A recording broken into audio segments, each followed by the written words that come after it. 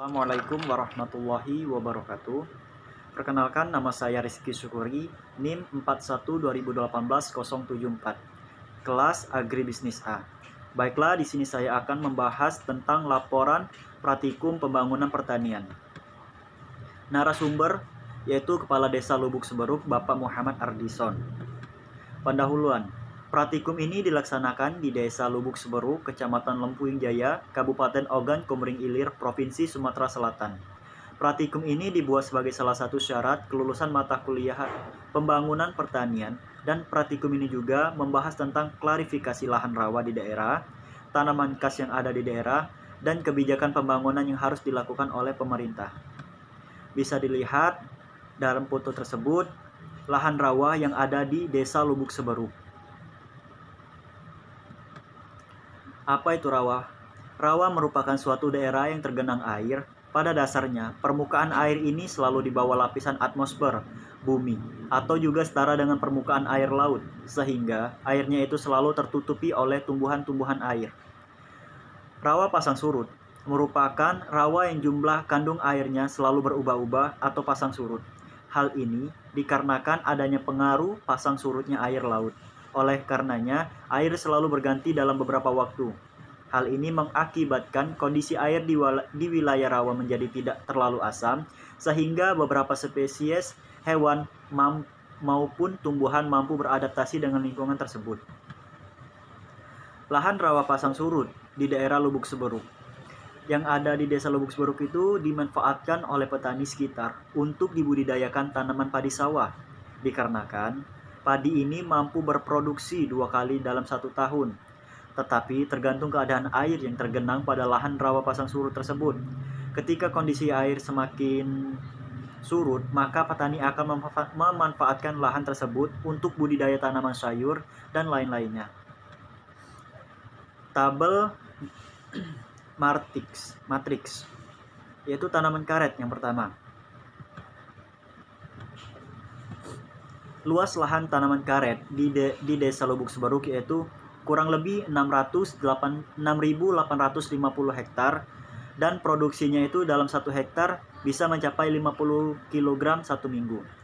Permasalahan yang dihadapi secara geofisik yaitu infrastruktur yang kurang mendukung, dan permasalahan yang dihadapi secara sosial kebudayaan yaitu kurangnya partisipasi petani terhadap penyuluhan pertanian, serta permasalahan yang dihadapi oleh pemasaran yaitu cuaca yang tidak menentu dan tidak mendukung. Adapun permasalahan yang dihadapi oleh kelembagaannya yaitu terbatasnya dana kegiatan penyuluhan pertanian. Yang kedua, untuk tanaman pokok yaitu adalah padi. Luas lahan tanaman padi di daerah Lubuk Seberuk yaitu mencapai 26.633 hektar, dan produksinya itu mencapai 135.056 ton. Untuk permasalahan yang dihadapi secara geofisik yaitu belum ada, dan permasalahan yang dihadapi secara sosial kebudayaan juga belum ada, dan permasalahan yang dihadapi secara pemasaran yaitu tengkulak dan pesaing. Saking banyaknya petani di sana, maka semakin murah. Terus permasalahan yang dihadapi secara kelembagaan yaitu terbatasnya dana kegiatan penyuluhan pertanian. Dan untuk tanaman tunai adalah tanaman perkarangan rumah. Luas lahan tanaman rumah ini kurang lebih 20 meter, dan permasalahan yang dihadapi secara geofisik yaitu lahan yang sangat terbatas. Dan permasalahan dihadapi secara sosial kebudayaan yaitu kurangnya partisipasi dan minatnya masyarakat. Adapun permasalahan yang dihadapi secara pemasaran yaitu masih bersifat sambilan, dan permasalahan yang dihadapi secara kelembagaan yaitu kurangnya minat masyarakat dalam menanam tanaman perkarangan rumah. Yang keempat yaitu tanaman peluang adalah tanaman kumis kucing. Luas lahan tanaman kumis kucing di daerah tersebut kurang lebih 1 hektar, dan produksinya yaitu kurang lebih juga 50 kilo. Untuk permasalahan yang dihadapi secara geofisik yaitu cuaca yang sering berubah-ubah, dan permasalahan yang dihadapi secara sosial kebudayaan itu belum ada. Permasalahan yang dihadapi secara pemasaran yaitu rendahnya penanganan petani sehingga sulit untuk dijualkan. Dan ada juga permasalahan yang dihadapi secara kelembagaan yaitu belum ada. Dan komentar tabel matriks berdasarkan hasil tabel matriks.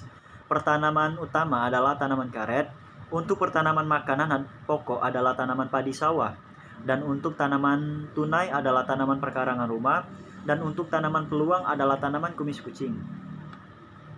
Adapun kebijakan pembangunan pertanian.